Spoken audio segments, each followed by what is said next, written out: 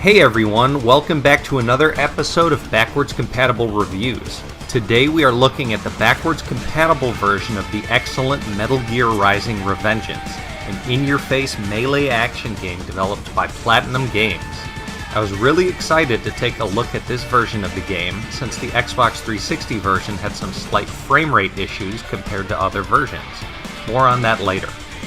The game originally released in late February for the Xbox 360 and PlayStation 3, with a PC version released in January of 2014.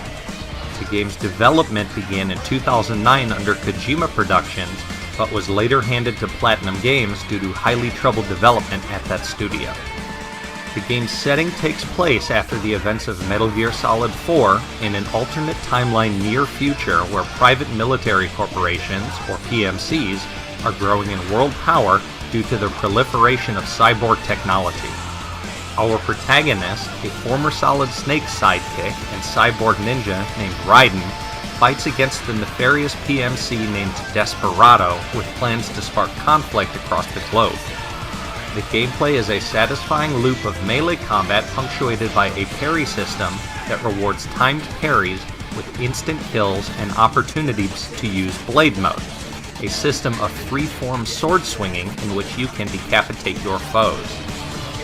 Blade Mode and decapitation are important for combat due to the game's Zandatsu system, a health stealing system in which you absorb decapitated foes' electrolytes to completely refill your health.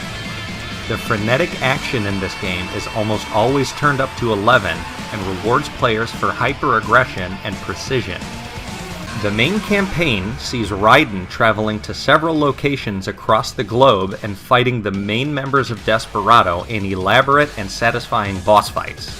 The game has excellent replayability due to its multiple difficulties, collectible side missions, and much more. Revengeance has two small DLC campaigns in which the player can play as two of the game's bosses that, as of the release of this video, can still be purchased for the backwards compatible version.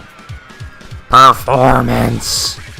I'm happy to say that the game's performance has been markedly improved by the more powerful hardware on the Xbox One. Even the original release version of the Xbox One allows this game to run much more smoothly than the Xbox 360 version, which experienced a chugging frame rate during more explosive moments in combat. This is the type of improvement that backwards compatibility should be lauded for, and exploring this was the main reason I chose to review this game. It seems that with this upgrade in hardware, the game performs on par with the PC version, though the resolution is higher on PC.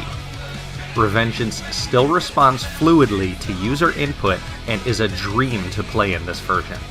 The only places I experienced noticeable stuttering or slowdown was during loading sequences and occasionally during cutscenes. The cutscenes are pre-rendered, so this isn't the fault of the Xbox One emulation, as I noticed the same stuttering on the Xbox 360 when I did the comparison. User experience. Revengeance has an extremely satisfying combat system that is generally forgiving for new players and provides massive depth for those who take the time to master its intricacies. I remember that during my first playthrough of the game, I could feel myself getting better at the combat with each new fight, even as the challenges evolved to meet my progress. The game is very good at making you feel powerful when you perform well. Platinum Games is masterful at creating gameplay that rewards skill and experimentation, and that expertise is on full display here.